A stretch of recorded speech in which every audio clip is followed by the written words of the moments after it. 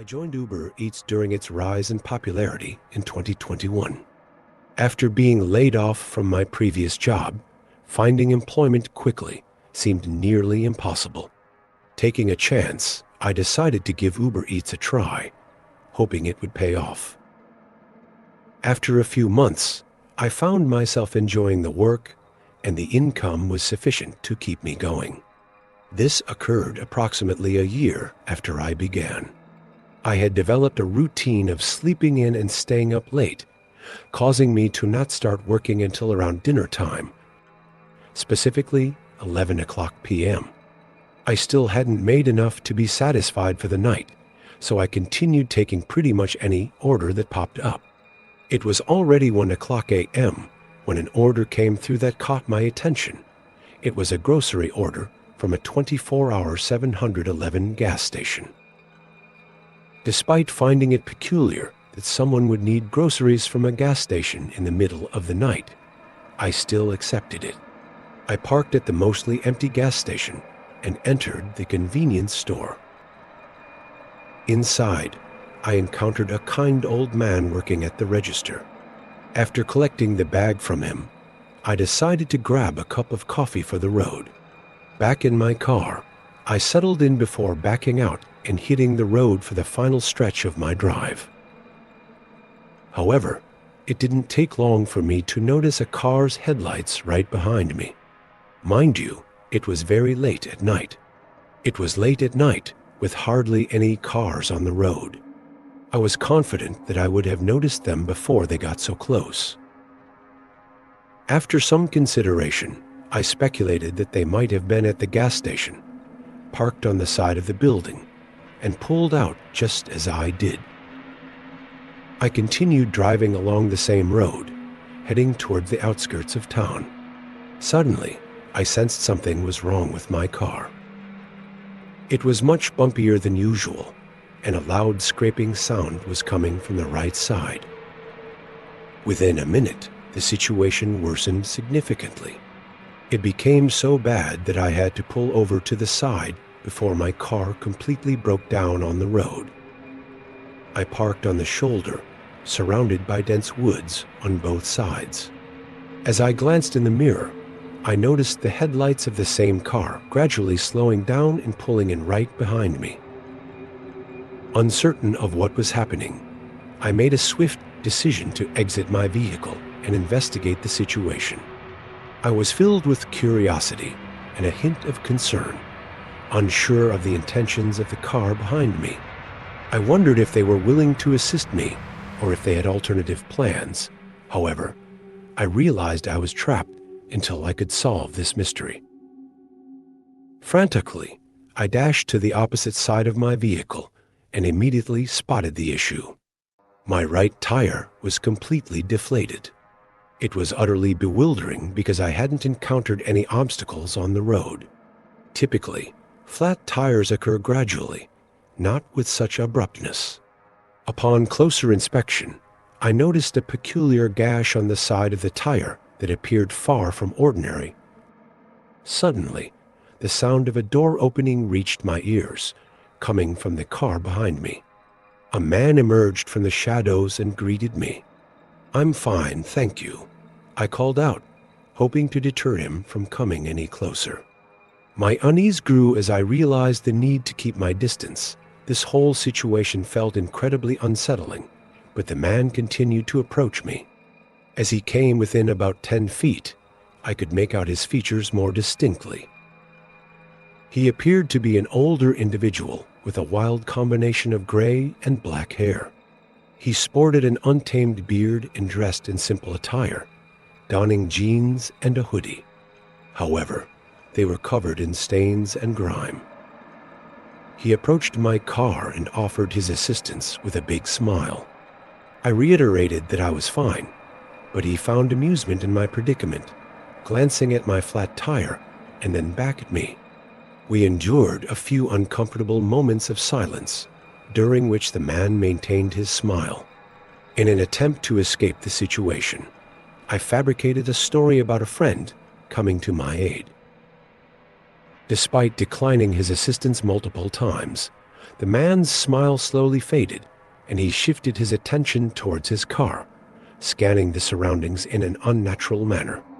At that moment, a surge of urgency coursed through me, compelling me to distance myself from this individual. I had no choice but to sprint off the road and dive into the dense forest, my heart pounding in my chest. The man pursued me relentlessly, his presence haunting the pitch-black woods. It felt like an eternity, but I managed to elude him after a few agonizing seconds. I didn't dare venture too far, still able to catch a glimpse of the headlights on the road. From my vantage point, I could make out the man's shadowy figure lurking near the cars. A few minutes later, he got in his car and left. By now, I had enough time to piece together that this was all a setup. It seemed that the Uber Eats order had been used to track me from the gas station, where my tire was likely slashed. However, I didn't anticipate catching him so easily. Surprisingly, his full name and everything on the app turned out to be real.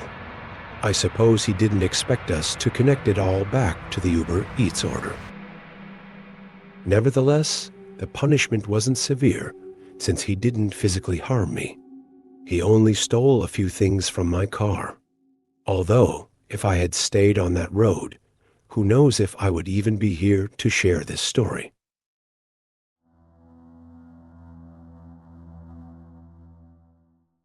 Till I had some spare time this night, and fueled by a few coffees earlier in the day, I decided to channel this energy into going out and earning some money. I was delivering for Door, driving along the highway to my next delivery. It was late at night, and the roads were deserted. The peacefulness of the night was like a dream for any delivery driver. However, as I made my way, my phone suddenly started buzzing. It was the customer trying to reach me, but they hung up before I could answer. Since it only rang for a few seconds, I assumed it was just a simple mistake.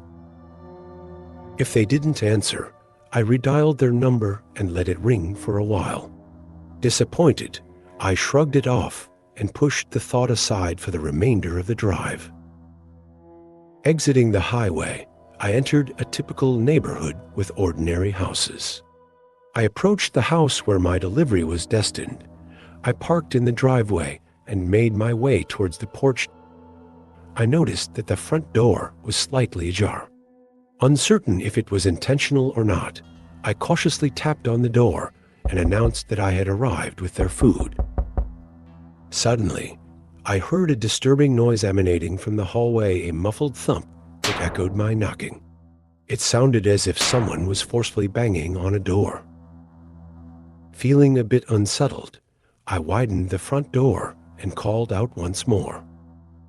Unsure of what to say, I simply repeated that I was delivering their food. After a few tense moments of silence, a man emerged from the back of the house. The man appeared visibly distressed and agitated, leaving me uncertain whether his unease was directed towards me or something else entirely. Without uttering a word, he made his way down the hallway and approached the doorway where I stood. However, my attention was diverted by the recurring thumping sounds emanating from further down the corridor. Perplexed, I glanced past the man, and he too turned to investigate before swiftly returning his gaze to me, acknowledging that I had also heard the unsettling noise. With caution, I inquired about his well-being, only to be met with his intense stare as he seemed to contemplate his next move. "Why don't you bring the food inside for me?" he demanded, his tone laced with nervousness. Anxious, I reluctantly picked up the bag, realizing the gravity of the situation. I felt a sense of threat, as if I had no choice but to comply with his request. However, I couldn't shake the unsettling feeling that if I stayed any longer, I wouldn't be able to escape. As I hesitated, the man's expression grew increasingly disturbed, even angry. Suddenly, He snatched the food right out of my hands and forcefully slammed the door shut in my face. I stood there, shocked, as I heard his footsteps fade away down the hallway, and the ominous thumping ceased. At that point, I knew I had no other choice but to quickly leave the porch and retreat to my car. Chased after that one and ended up reporting the incredibly unsettling situation to the police. I think what ultimately led me to report it was the unsettling encounter with the man who insisted I enter his house. Without that incident, I might not have felt compelled to take any action. Unfortunately, the police informed me hours later that the man denied the presence of anyone else and refused their request to search his home. With no further leads, all that remained was speculation. I can't help but believe that something truly sinister was taking place, and that I could have been his next victim. However, it seems unlikely that we will ever uncover the truth. Are you familiar with delivering Chinese food for a local restaurant? I was just a teenager in high school at the time, and whatever job I got wasn't going to be for more than a year or two. I'd say this job was fairly typical to most first jobs or retail and food service jobs, because it had some slow and boring days, and some busy and stressful days. As the delivery driver, though, I was always thankful to not have to be working in the store and facing hordes of customers on this night. I began 6:00 p.m. It was a Friday, and I found myself working a late 6 to 12 shift. As soon as I clocked in, the non-stop delivery of orders began. For the next 2 hours, there was no time to catch my breath in between. By 8, the pace of orders started to slow down a bit, but I still had a few more to deliver before. I decided to take my lunch break and quickly gathered the 3 orders. My goal was to complete them before 9, but the second and third orders were located farther away. This is a typical occurrence in our town, which isn't densely populated. As I made my way to the second house, I successfully delivered the package and continued towards my final destination. It was located just 10 minutes away from my current location. However, upon checking the tag, I noticed that the payment for this delivery had not been made yet. During this drive, all I could think about was the much-needed break I would have afterwards. Going back and forth for 3 hours straight really exhausted me more than usual. When I pulled into the neighborhood at night and followed the GPS, I ended up in a back portion where the entire atmosphere suddenly and drastically changed. I ventured down a narrow road, its cracked pavement and potholes creating a treacherous path. On either side, small houses were hidden by overgrown bushes and neglected lawns. As I followed the GPS directions, I reached my supposed destination. However, to my surprise, there was no house in sight. I decided to turn on my brights, hoping to get a better view of my surroundings. In the distance, I could barely make out the silhouette of a small house, situated quite a distance away from the road. As I glanced at the overgrown grass leading up to it, I realized that there was actually a driveway, hidden beneath a tangle of vines and tall grass. If I hadn't spotted the house first, I would have never noticed the driveway, rendering it impossible for me to drive on. I parked the car and stepped out, clutching the bag tightly. As I made my way down the neglected driveway, the tangled vegetation seemed to close in around me. I was absolutely shocked by the dreadful state of the place. It's hard to fathom how someone could allow their driveway to deteriorate to such an extent. As I approached, the house came into view, and it was surprisingly tiny, almost resembling a trailer home. Unfortunately, it seemed to be in a similar state of disrepair as the driveway. As I approached the dilapidated house, I couldn't shake the feeling that something was amiss. The overgrown vines and dense bushes obscured the windows, giving the place an eerie atmosphere. Despite my unease, I pressed on, determined to fulfill my duty as a delivery person and deliver the order to this address. I suppressed my negative emotions and promptly knocked on the door. Almost immediately, I heard footsteps approaching. The door swung open, revealing a young woman. In the dim lighting, she appeared quite ordinary, which initially brought me a great sense of relief. However, within a few seconds, I couldn't help but notice that her normal appearance seemed strangely out of sync with the dilapidated state of the house. It was inconceivable that she could be so well groomed and put together. As these thoughts raced through my mind, she proceeded to open the screen door and spoke in an unsettlingly serene manner. A sense of fear enveloped me as I hastily retreated, realizing that I had to make a swift exit. Without wasting a moment, I turned on my heels and began my departure. Suddenly, a loud thud echoed from the side of the house, catching my attention. I glanced over and witnessed two figures emerging from behind the house, swiftly making their way towards me through the dense bushes. Panic surged through me, causing me to drop everything and sprint for my life. I pushed through the thick grass and entangled vines, desperately trying to escape. However, just as I reached the end of the driveway, I stumbled and fell to the ground, tripping over an unseen obstacle. I rushed forward, my heart pounding, as I heard their footsteps drawing nearer. I couldn't bring myself to glance behind me as I sprinted towards my car. As soon as I started the engine, the men abruptly halted and retreated to where they had come from.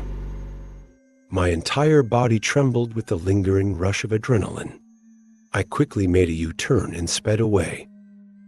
Naturally, I wasted no time in informing my boss about the incident. He strongly advised me to contact the authorities and file a report. It was a huge relief to discover that he wasn't concerned about the order at all. I had to place an order for my own safety, and looking back, it would have been a nightmare if things had gone differently. The police conducted interviews and a thorough investigation, but unfortunately, they were unable to locate any of the individuals. It turns out that the property I was on was actually state-owned, and someone had removed the trespassing sign and tossed it into the tall grass. The intentions of these individuals remain unknown, but it seems like the most logical explanation. I just hope that no one else has to experience what I went through. And if they do, I hope they can be as fortunate as I was to escape.